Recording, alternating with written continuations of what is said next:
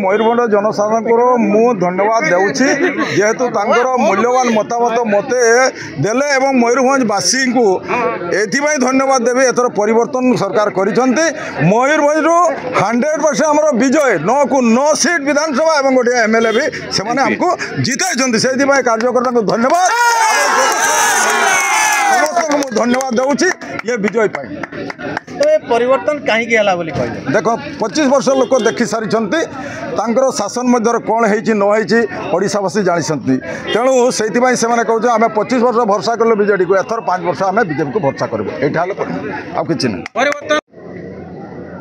ये विजय धर्मर विजय होती न्यायर विजय होती सतर विजय होती तेणु निश्चित भाव में मोर भोटर भाई बहन मान माने कृतज्ञता ज्ञापन करी से माने ठीक निष्पत्ति नहीं एवं ओडिशार विकास पाई यशस्वी प्रधानमंत्री नरेंद्र मोदी को विकास धारा सामिल होती गोटे 25 वर्ष धरी गोटे भ्रष्टाचार सरकार चली बीजेडी सरकार तार आज अंत होती निश्चित भाव में ओडिशा रे बीजेपी सरकार करिवो एवं